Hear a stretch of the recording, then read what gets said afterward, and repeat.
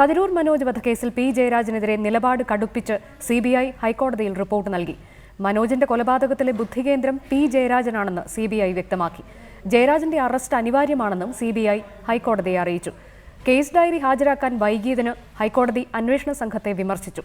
ജയരാജന്റെ മുൻകൂർ ജാമ്യാപേക്ഷയിൽ നാളെ വിധിയുണ്ടായേക്കും.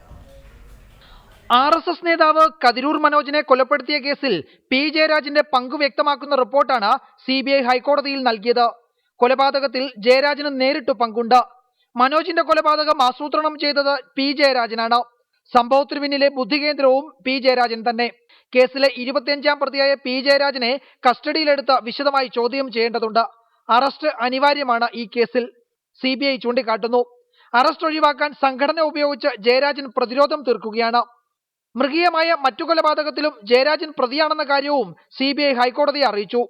കേസ് രാഷ്ട്രീയ പ്രേരിതമാണെന്ന വാദം സിബിഐ തള്ളി. അന്വേഷണ സംഘം രാഷ്ട്രീയം കളിക്കുകയല്ല, തെളിവുകളുടെ അടിസ്ഥാനത്തിലാണ് പി ജയരാജനെ പ്രതി ചേർത്തത്. കേസിൽ UAPA നിലനിൽക്കില്ലെന്ന വാദവും സിബിഐ അംഗീകരിക്കുന്നില്ല. പ്രധാന പ്രതി വിക്രമനെതിരെ UAPA നിലനിൽക്കുമെന്ന് ഹൈക്കോടതി തന്നെ വ്യക്തമാക്കിയിട്ടുള്ള കാര്യവും സിബിഐ ചൂണ്ടിക്കാട്ടുന്നു. ഈ സാഹചര്യത്തിൽ പി ജയരാജന് മുൻകൂർ ജാമ്യം അനുവദിക്കരുതെന്ന് സിബിഐ അഭിഭാഷകൻ കോടതിയിൽ ആവശ്യപ്പെട്ടു.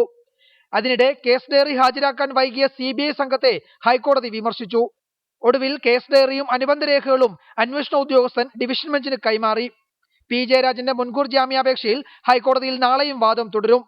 നേരത്തെ സെഷൻസ് കോടതി 3 തവണ ജയരാജന്റെ മുൻകൂർ ജാമ്യാപേക്ഷ തള്ളിയിരുന്നു. റിപ്പോർട്ടർ, കൊച്ചി.